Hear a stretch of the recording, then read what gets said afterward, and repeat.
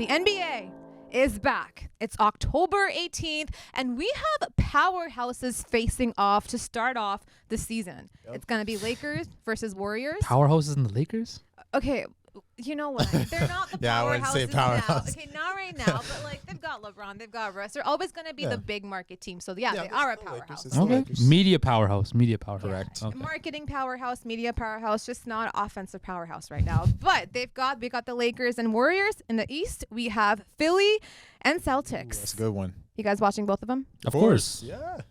Okay, well, I'm going to make this fun because let's talk about spreads, right? We're a parlay. We got to do a little bit of spread talk, and that's also going to aid into our conversation about the sport itself. So let's start with the East. It's going to be Philly and Boston is favored at -2.5 for tomorrow night, right? We know that it's going to be no Robert Williams. Right. Gallinari's out. But they just got Brogdon, and they're going to see how he's going to fit into this new team, this new system, this entirely new section where this is new to him, right? Yeah. What are you guys looking forward to? Who do you think will take it? Because on the other side, you have Embiid, you have Harden, and you have Tyrese Maxey, who's like their up-and-coming superstar. Can't forget about PJ Tucker. Yep, new acquisition. Yeah, the new acquisition they made. Montrezl Harrell, go. They just signed PJ Tucker. They just signed for a new 3-year deal this offseason. Yeah, but I think I was hearing like rumors in the offseason that PJ Tucker was gonna bounce were elsewhere. Yeah, they wanted to move. They can't trade him at least for until January. But anyway, I think that when you look at this matchup, this is gonna be an Eastern Conference powerhouse matchup. I think Philly, it's all been good things coming out of Philly this offseason. Harden's in shape. Embiid, of course, was the reigning scoring champion, was in the MVP conversation, in my opinion. I would have had him above Jokic, not above Giannis, but I think if Joel Embiid can stay healthy, expect another big season from him. Tyrese Maxey, another year, more development. Doc Rivers loves him, so he's going to take another step. I think Tyrese Maxey could potentially be in All-Star conversations this year. Never know, though. Never know. It's not crazy, right? I just think with Boston, it's been so much noise from Boston. A lot. A lot of it wasn't the players' fault, right? That's an understatement. Most of the news was not because of the players, but just that whole cloud over the Celtics organization right now, I think they might get off to a slow start now. They proved last year they can overcome that, but I think Philly takes this one. Honestly, I'm in agreement, to be honest. And I know that Boston, again, they are still one of the better teams in the Eastern Conference, despite all that's happened this summer and coming off of that finals appearance. But yeah, the guy I'm looking at in this game, Tyrese Maxey, you mentioned it. I think he's going to have a nice year. We talked about the development. We talked about more minutes. We talked about more touches for him. And I want to see how Harden looks. That's one guy I'm watching.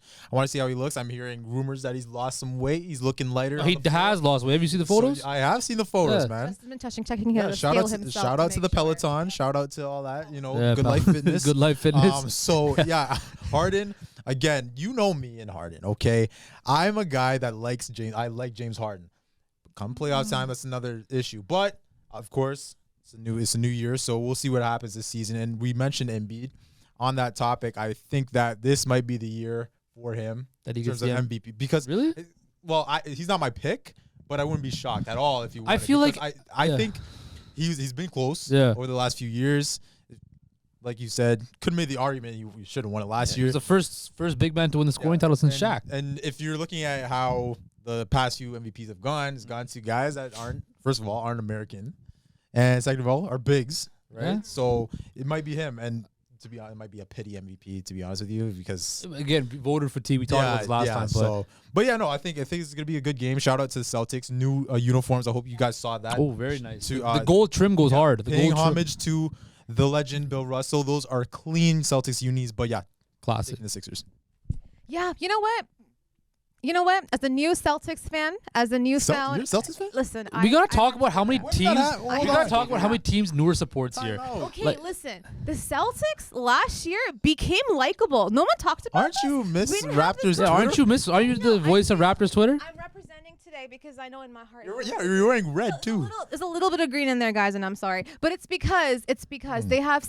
You know me. I love Marcus Smart. Okay, I love a good point guard. A point guard that's the one guy we hate. I know. Raptors Twitter, go after her, man. Go after her. This guy said he's the king of the North. Remember, he used to be the Lowry because like people hated Lowry and we love Lowry, but that's who Marcus Smart is to Celtics fans. Because but Marcus Smart's also defensive player of the year, though. Okay, yeah, that was Lowry as well. He was a great defensive player. Obviously not the Depoy of the year, but he was one of the greatest. Depoy. I still can't get over the Depoy nickname. But yeah, talk to me about the Celtics. Talk to me. Have a proper conversation with Justin. Like, what are your expectations for the Celtics then? Yeah, you tell us. I do think for tonight they are going. Sorry, for tomorrow night they are going to lose just because, like you mentioned, there's so many question marks, so many X factors are missing. We don't know what this lineup will look like. You still have to integrate Brogdon into it, so they're gonna need a couple extra games, weeks, Kings to work it out. Whereas the Philly, there's pretty much the same as team, right? They have the exact same guys. They're only gonna get better, as we said. Embiid only comes back looking like himself each year. It's just the injury factor with him that you got to be worried about. We also got to talk about like there's something going on. I'm still not finished though. Thank you. And then Tyrese Maxey, like we said last year, was having a great season, and he's gonna come into this one just seeing red everywhere because he knows now that he's gonna have trust in his organization. They trust him back, and they only want to see him grow. And then Harden.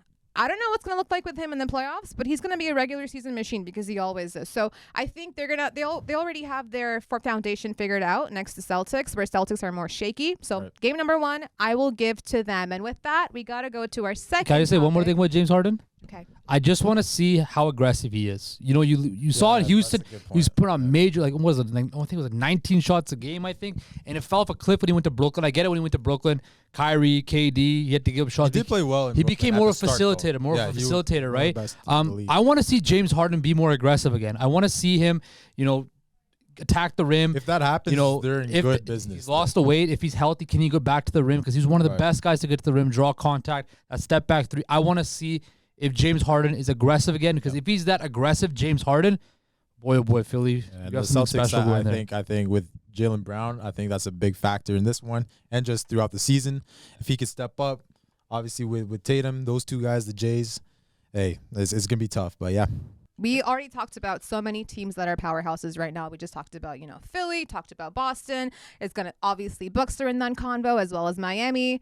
But there's one team that's it's been looming in the circle of top 6 for the East for the past 2 years since they got Kevin Durant and Kyrie Irving. But they haven't done anything with it, guys, right? Absolutely nothing. They burned all of us. I picked them last year to win out everything, and they got swept by the Boston Celtics in round 1. And then now they made the trade, let Harden go, brought in Ben Simmons. He seems like he's ready to go. He wants to play. KD is also committed to the Nets. Kyrie does not have the factor of vaccination to now worry about because that's been lifted. He can also play in Toronto. Like, he's allowed past the border now. Yeah, the RCMP will not stop you. There's going to be no moose looking for Kyrie along Not only she claims she's a Celtics fan, but now she's putting Canadian stereotypes in. Okay, you are not. Just you laugh are at not. Yourself. It's fine to laugh at yourself. Moose. But anyway, so there's about 6 to 7 to 8 solid teams in the East that can have a competition with each other, right? They can kind of put each other up. Maybe not win outright in a series of 7, but any given night, they can probably make it a game. You've got Boston, you've got Miami, Philly, Atlanta, Cleveland. Nice trick. All those teams. Would you, as of right now, put Nets ahead of them? Ahead of put who? them in the Put top them 6? top 6. Yes. Yeah, I mean, they should be a top 6 team. To me, as long as they want to play basketball, as long as you want to hoop, they're good. Okay, you have the talent. You look across the board. You start with Kevin Durant. You know who he is. You know who I am. You said that, okay? And then Kyrie. Kyrie is, of course, he's one of the best talents that we have in the game. All we need from him is health. And we know about the off-court issues over the past few years, but to me this season, I feel like he's more determined. Why? Because I think that a lot of fans, a lot of media have forgotten who he really is, and they've taken another stance now where it's like, well, Kyrie, we can't rely on him. Who is he now? So he's out to prove that he's still one of the premier point guards in the NBA. Then you're looking at the fact that Ben Simmons is in the door. I have a Ben Simmons agenda. I believe that he's a good player. He's a really, really solid player. You want to make fun of him for shooting or not shooting, but he does it all. He does everything else except shooting. Yeah. But he won't need to shoot on the Nets. Exactly. Yeah. He won't need to. He will run the floor, facilitate, defense. That's a huge factor that he's bringing to Brooklyn. So that big three over there. Then you're talking about the depth they have. You know about Curry. You know about Harris. He's coming back. TJ Warren. Yeah, TJ Warren pickup. So I like what they have. The only issue, the coaching. Steve Nash, how is he going to look as a coach? I don't know. But when you're talking about the talent, when you're talking about the team, if they are healthy, I do like their chances in the Eastern Conference, despite the fact that the East is looking tough. When I look at the Nets, right, I see it. You know, when you look at any business, any organization, or even a team, like we're a team here, although Noor might not want to admit it because she likes to be a solo star sometimes. But when you look at it, you have to have leadership and strength throughout the whole organization, right?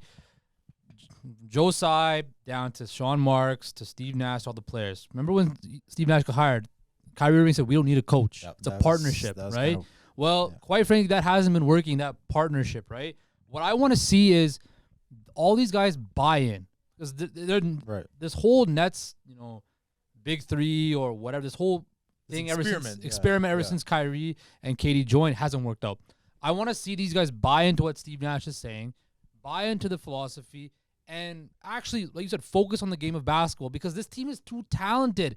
They have all the pieces to be successful, and I want to see them buy in and see if they can put it all together. Now, I feel every year that we talk about the Nets, it's like, oh, well, this is the year. It all comes together and hasn't happened. Yeah. I'm going to hold reservation. They will be a top 6 team because they're just too talented, but I don't know if they're that was me last year too.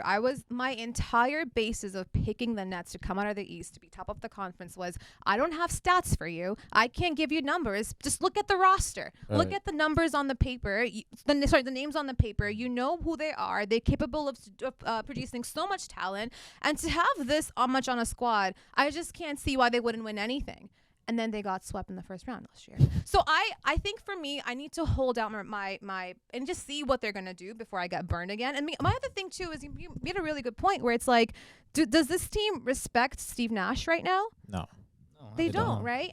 And is this ego factor going to change for Kevin Durant and Kyrie Irving, which I think sometimes does play a factor on them not getting any wins on the court? Like they're letting the locker room stuff really impact their win percentage, which is not going to be good as a team, as a fan base, as anything. Well, let's just say like this. If the Nets don't do anything this year, Kyrie's going to L.A.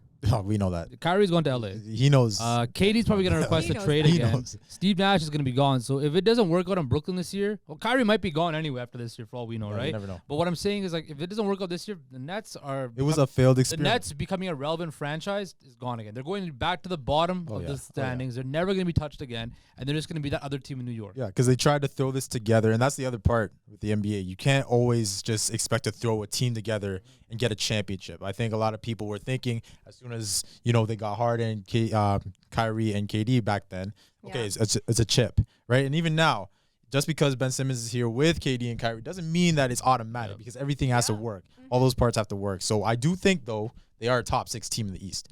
But if you're asking me how far they're going to go in the East, that I'm not sure of because I do like teams like the Bucks over them, who I had the Bucks last year in the Eastern Conference. I like those type of teams. So as of right now, you both have them finishing top 6 in the East as of April 2023.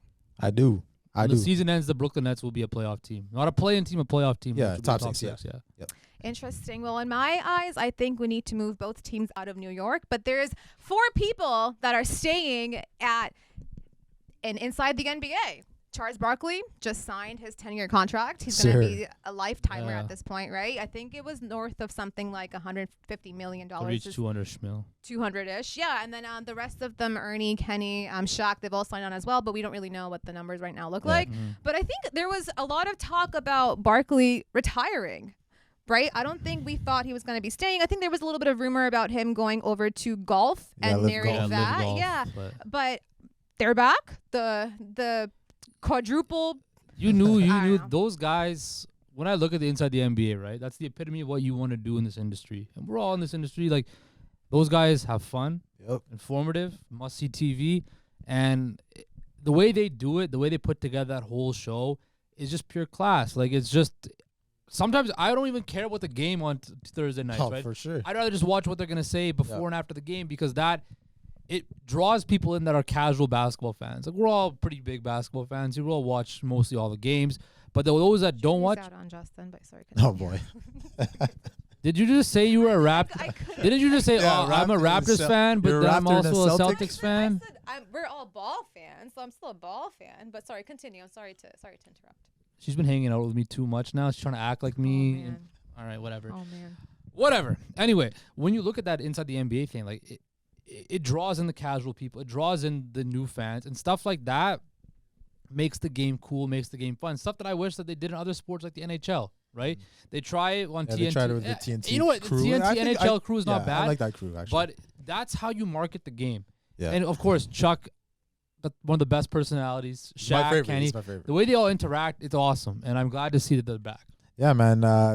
In terms of my basketball fandom, they're definitely the show I watch the most.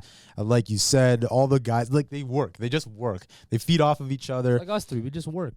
We work, right? And the thing I like about it is you ask Ernie Johnson, he says, we're just here to have fun. Like, we're here just talking ball, right? They don't have, a whole script and everything of what they're going to say. They just talk. And the thing that Justin pointed out, I think that a lot of fans love it as well.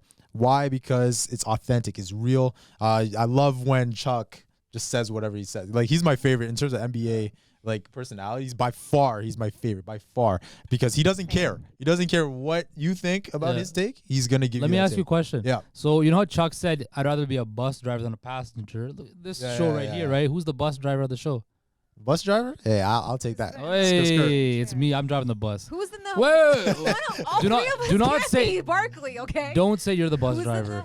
Who's in the hosting chair? I'm the one steering the bus. I think, right? That's what it's called. Then. She's the one host. If she's the one steering the bus, we might be going overboard. Oh man, that's tough. If you're steering the bus, we're gonna get in a car crash. Sorry, Jelani. But we can survive a car crash. We can't steer going over the top of off a cliff. Okay, go, Jelani. Anyway, but yeah, no, I'm happy that they're still there, right, on the inside crew, and we're seeing more guys coming in the door. They tried it with D Wade.